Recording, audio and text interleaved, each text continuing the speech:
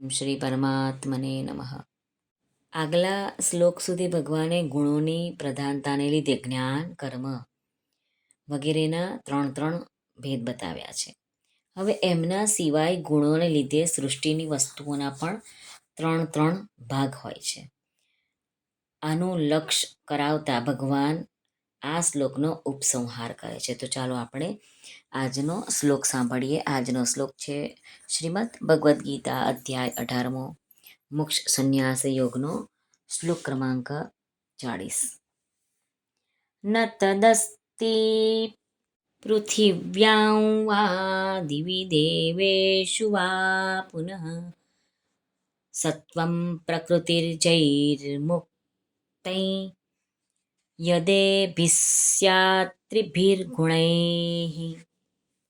શ્રી ભગવાન અર્જુનને કહે છે, પૃથ્વી પર કે પછી આકાશમાં કે પછી દેવતાઓમાં અથવા એ સિવાય ક્યાંય પણ એવો કોઈ પણ જીવ નથી જે આ પ્રકૃતિમાંથી જન્મેલા ત્રણેય ગુણોથી મુક્ત હોય. હવે આપણે આ શ્લોક માટે રામસુખદાસજી શું વિવેચન કરે છે ત્યાં સાંભળીએ. મહારાજ કહે છે, પૃથ્વીયામ પદથી ભગવાન કહે છે કે મૃત્યુલોક અને પૃથ્વીની નીચે અતલ, વિતલ, સુતલ, તળાતલ આ બધા જે લોકો હોય છે તે, અને દિવી પદથી સ્વર્ગ એના લોકો, દેવેશુ પદથી પ્રાણી માત્રના રૂપમાં જે સ્થાનોમાં રહેવાવાળા મનુષ્ય, દેવતા, અસુર, રાક્ષસ, નાગ, પશુ, પક્ષી, કીટ, પતંગ, વૃક્ષ વગેરે બધા જ ચર અચર પ્રાણીઓનો સમાવેશ થઈ ગયો. ભગવાનનું કહેવાનો અર્થ એ જ છે કે ત્રિલોકી અને અનંત બ્રહ્માંડ અને તેઓમાં રહેવાવાળી કોઈ પણ વસ્તુ એવી નથી જે પ્રકૃતિથી ઉત્પન્ન ત્રણ ગુણોથી યુક્ત ના હોય.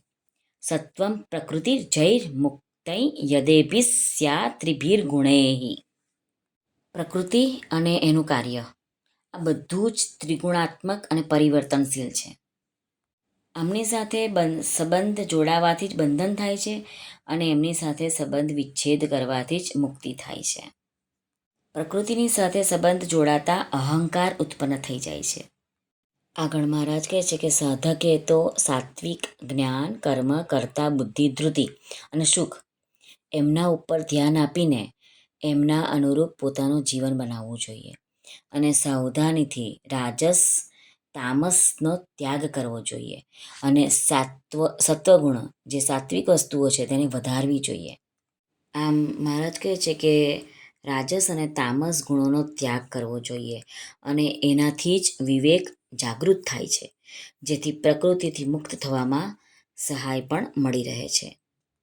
શ્રી કૃષ્ણ અર્પણમસ્તુ. સર્વને ભાવથી જય શ્રી કૃષ્ણ. રાધે રાધે. હરિઓમ તત્સત. જય ગુરુદેવ દત્ત. જય સ્વામિનારાયણ. જય માતાજી. નમઃ પાર્વતે પતે. હર હર મહાદેવ હર. સિદ્ધેશ્વર મહાદેવ નિજા જ્ઞાનંદ નિજે. સર્વનું કલ્યાણ થાઓ, સર્વનું કલ્યાણ થાઓ, સર્વનું કલ્યાણ થાઓ.